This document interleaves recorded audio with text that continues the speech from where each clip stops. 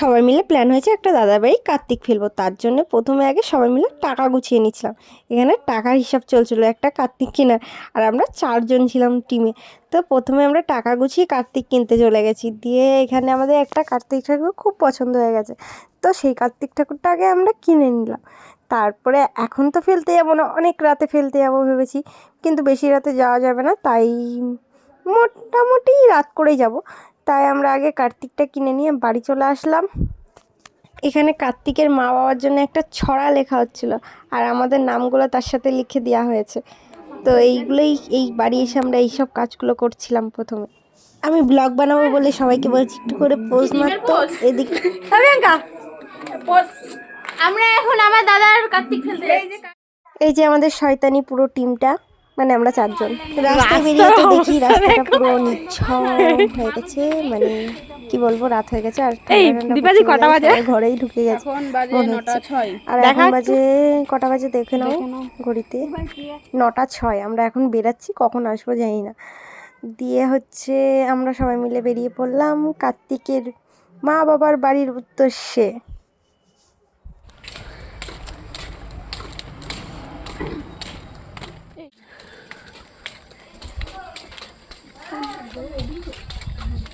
সোজা রাস্তা দিয়ে যাবো না বলে ব্যাকাতেরা রাস্তা দিয়ে যেতে গিয়ে দেখো একজন পাঁচিলের উপর দিয়ে যাচ্ছে, একজন নিয়ে দিয়ে যাচ্ছে। কি বলবো, ওই মাঠটা পুরো জল হয়ে গেছিলো বৃষ্টি হওয়ার কারণে কিছুদিন আগে। আর আমরা তো যেতেই পারছি না কাদার মধ্যে, কিভাবে গেছি আমরাই জানি, ভগবান জানে। আর অন্ধকারে ফ্ল্যাশ লাইটও জ্বালানো যাবে না, যদি সবাই টের পেয়ে যায়, এর জন্য লাইটটাও অফ করে দিয়েছিলাম। আর এখন কার্তিকটাকে বের করে নিয়ে বসে থাকা হবে, যে ওদের বাড়ির লাইট কখন অফ হবে আমরা গিয়ে কার্তিকটা ফেলবো। যে আমার কাছে আর একটু হলেই ধরা পড়ে যেতাম, তার জন্য একজনের বাড়িতে ঢুকে গেছিলাম পুরো আমরা। আর বাড়িতে গিয়ে দেখা হচ্ছে যে কখন ওরা ঘুমায়, সেই জন্য আমরা ওয়েট করছিলাম একজনের বাড়িতে ঢুকে। এখানে দেখো সবাই বাড়ির মধ্যে ঢুকে দাঁড়িয়ে আছে, লোকের বাড়ি ঢুকে গেছি গাইস, কি করব বলো। মানে ওরা ঘুমাচ্ছে না, আর আমরা কার্তিকটা ফেলতেও পারছি না লাইট না বন্ধ হলে। ওখানে এই কাকিমার বাড়িতে ঢুকে গেছিলাম, কাকিমা বেরিয়ে দেখে আমরা ওনার বাড়ির সামনে করছি, তাই উনি বললো যে আমাদের ঘরে আয়। আর ওইদিকে দেখো এবার আমরা গেছি কার্তিক ফেলতে, কারণ ওরা ঘরে ঢুকে গেছে সবাই। আর দেখো প্রিয়াঙ্কা একদম গেছে গিয়ে কার্তিকটাকে কিভাবে বসাবে, দেখো ও সাইডে বসিয়েছে, আর পিছনে যে কুত্তা রয়েছে ও সেটা টের পায়নি। আর একটু হলে কুত্তাটাকে চটকে দিত, যা কুত্তাটাকে কিছু বলিনি গাইস, তাই ভাগ্য ভালো। তারপরে আমি অনেকক্ষণ বসেছিলাম, ওরা তো পালিয়েছে সবাই, যে আমি রিয়াকশানটা নেব, কিন্তু বেশিক্ষণ বসা যাবে না, তাহলে ধরা পড়ে যাবো যে আমরাই ফেলেছি কার্তিকটা। পরে জানবে, এখন জানানো যাবে না।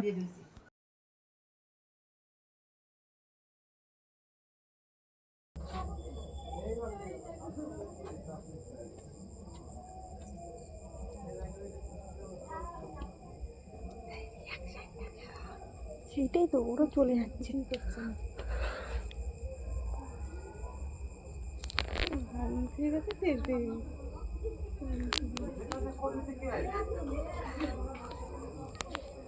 তুলবে না, দুয়ারের সামনে রাখতে হতো, তবে তো ওখানে বেশিক্ষণ বসা যাবে না বলে আমি পালালাম পুরো, কি বলবো আর, কারণ না হলে ধরা পড়ে যাবো, এই জন্যই দৌড়াচ্ছি ওদের সাথে। গাইস কি বলবো, এখন পালাতে হবে, কারণ ওদের বাড়ির সামনে বসা যাবে না, পরে তো জানতেই পারবে যে আমরা ফেলেছি, আন্দাজ তো করতেই পারবে। তবে দেখো এদিকে দেখো, এক্ষুনি কার্তিকের বাবা আমাদের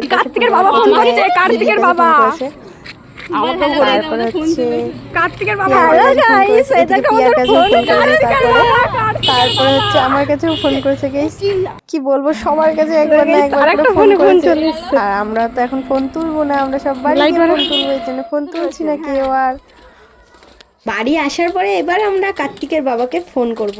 গাইস দেখো কার্তিকের বাবার রিয়াকশনটা কি দেয়।